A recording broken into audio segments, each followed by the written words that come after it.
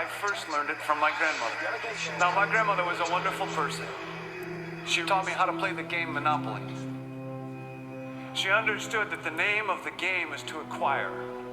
She would accumulate everything she could, and eventually she became the master of the board. And then she would always say the same thing to me. She'd look at me and she'd say, "One day, you'll learn to play the game." One summer, I played Monopoly almost every day, all day long. And that summer, I learned to play the game.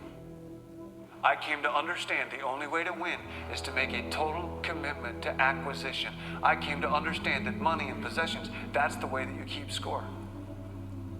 And by the end of that summer, I was more ruthless than my grandmother. I was ready to bend the rules if I had to win that game. And I sat down with her to play that fall. I took everything she had. I watched her give her last dollar and quit in utter defeat. And then she had one more thing to teach me. Then she said, "Now it all goes back in the box. All those houses and hotels, all the railroads and utility companies, all that property and all that wonderful money. Now it all goes back in the box. None of it was really yours. You got all heated up about it for a while. But it was around a long time before you sat down at the board.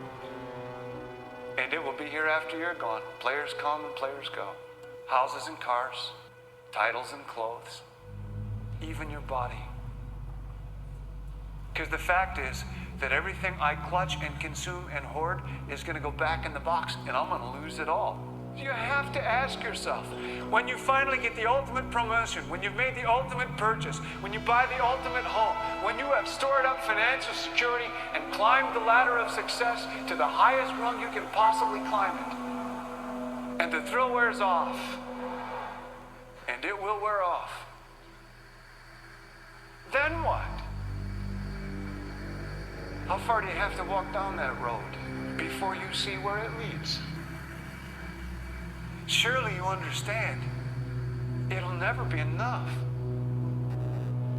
So you have to ask yourself the question, what matters? Don't misunderstand us. We're not trying to get you to lighten your load and give everything away. But we do want you to understand that the stability that you're looking for doesn't lie in the physical things that you've been giving it the credit of. We're not trying to get you to let loose of the things that are important to you. In fact, the opposite is what our message is to you. You do not have to get rid of the physical stability. This is the thing that we want you to hear. Don't need it to be stable. Be stable and then let it show itself to you as evidence of your stability.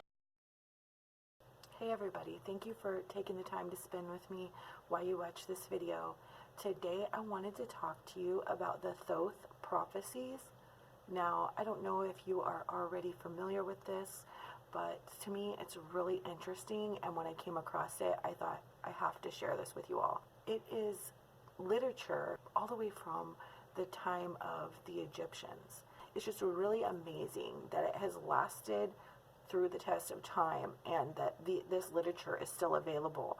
And I wanted to share it with you because it talks about the destruction of the world, essentially, the destruction of reality coming to an end, and as we know it, but in that ending, it talks about a new beginning. And of course, I am an eternal optimist, so I love happy endings. I love looking at life in that way, and so I really just want to share this prophecy with you and get your thoughts on it, and after it's done I will chat more. But here is the Thoth prophecy. Take it how you will. Let me know your thoughts in the comments and I'll be back with you.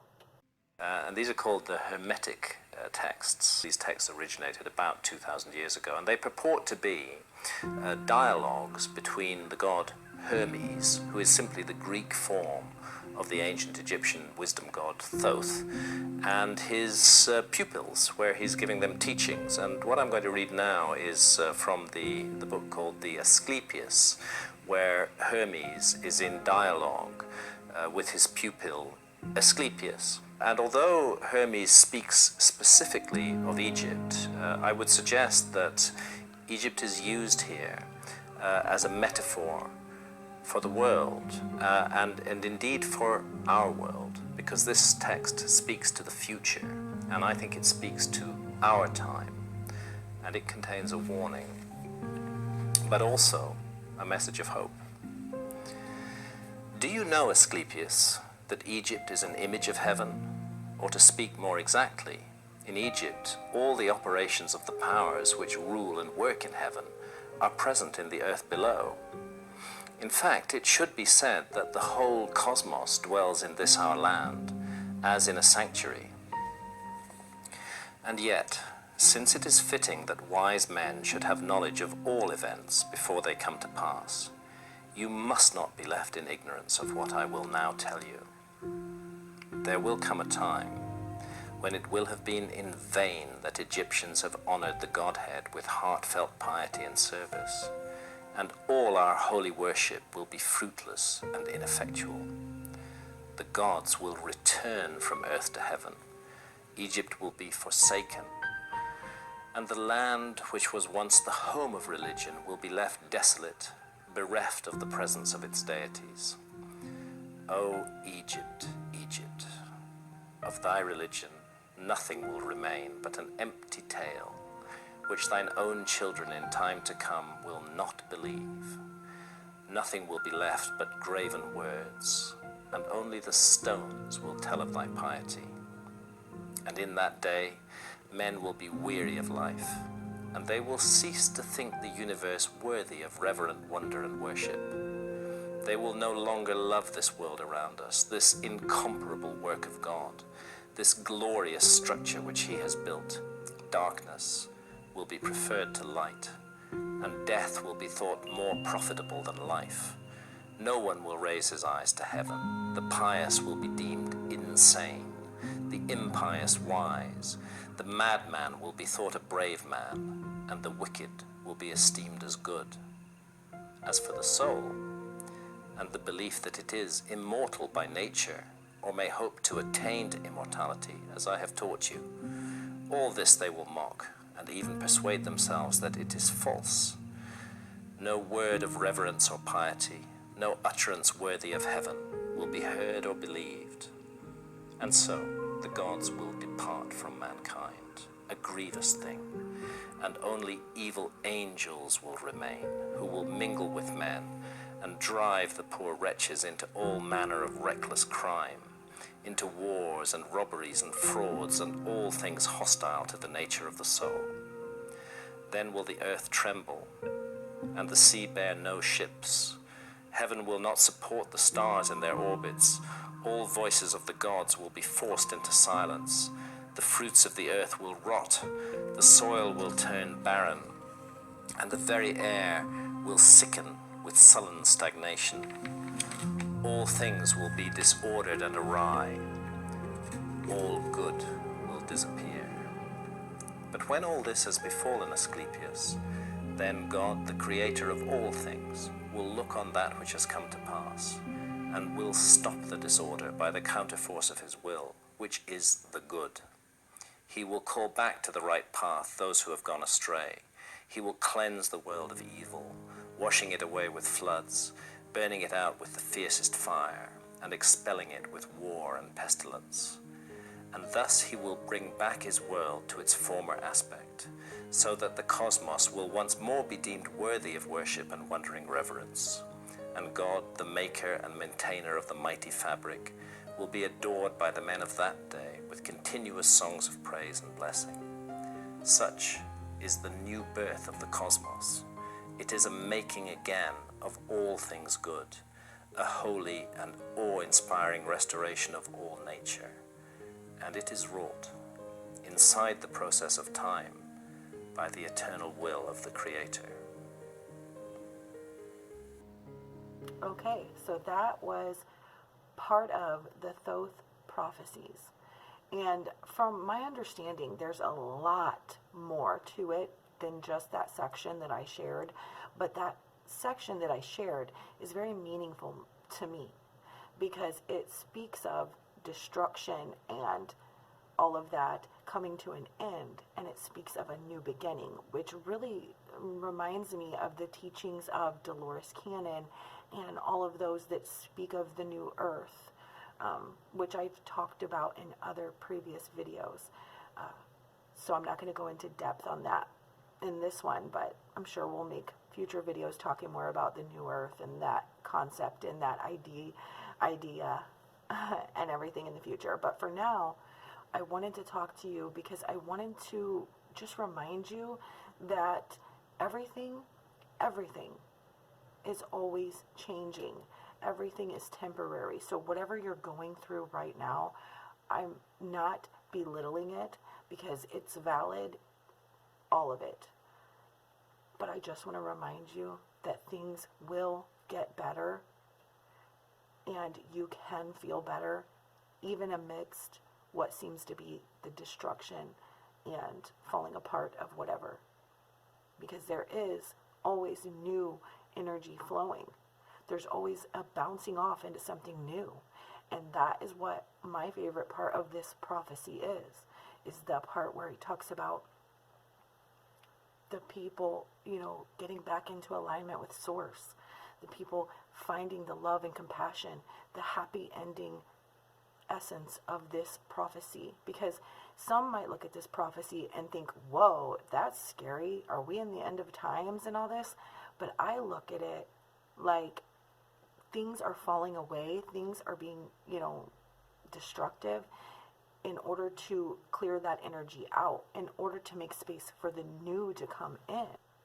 You can be a part of creating heaven on earth. We are the starseeds who bring forth the recognition of this prophecy, to remember that we are here to energetically create heaven on earth. And we are the ones who are no longer in need of needing to play in the dark to remember we're light. And to know that the only reason why you see in your experience manifestations of darkness is for you to step forward and offer the opposite. A lot of people are talking about energetically bringing heaven to earth. And I feel like that these Thoth prophecies are honing in on that. They're honing in on the vibrational shift that we as a collective consciousness are going through. And we can create heaven on earth through each and every one of us being more compassionate and kind and loving and understanding to each other. We can sit in the darkness and we can complain about how dark it is, or we can shine our lights and brighten up this darkness. And I'm here for you. I'm shining my light. I'm sending you good vibes. I'm appreciating you. I'm knowing that there's a new beginning, and this energy of transformation is a good thing. Like I said, I know that can be a really hard thing to believe in sometimes, especially with, Saturn and Capricorn right now, and the energy flowing around of kind of losing faith. But I want to remind you to hold on to your faith. It's okay to trust in the universe. It's okay to trust in source or God, whatever you prefer to call it, that inner being part of you. It's okay to trust in your intuition. Follow your heart. Follow your heart. And you will have that timing that lines you up for the beautiful unfolding that you deserve. Don't give up. Please don't give up. I know, like I said, energy can feel rough right now. And if it's not feeling rough to you, I'm very glad. I'm very glad. Just keep shining your light. Shine your light to brighten up the darkness for others. If you don't feel the darkness, shine your light. Brighten it up. And it's okay if you do. Like right now today, I feel good. I feel happy. But there's been times, in this first beginning of 2020 with all this energy flowing and all of this going on, where I have felt, that lackluster. I've kind of felt kind of blah at times as well. And that feeling really inspired me to share this with you, because I want to remind you that magic is real. And the universe is supporting you if you allow it to. But I completely understand if you're not able at this time to believe in that or trust in that, because as we incarnate into these bodies, we go through the veil of forgetfulness. And that can be hard to awaken from at sometimes. But no fear, no worries, because even if you aren't able to feel good right now, I want to send out vibes to you and love to you and a reminder to you that there is a light at the end of the tunnel, and you don't even have to wait to get to the end of the tunnel to experience that light. All you have to do is go within inside yourself, go back to that balance point, that inner being, source energy part of you, and really just get in tune with well-being. The result of your life is never-ending growth and expansion. You are eternal beings. You're not ever going to shut that down. You're never going to stop being, you see.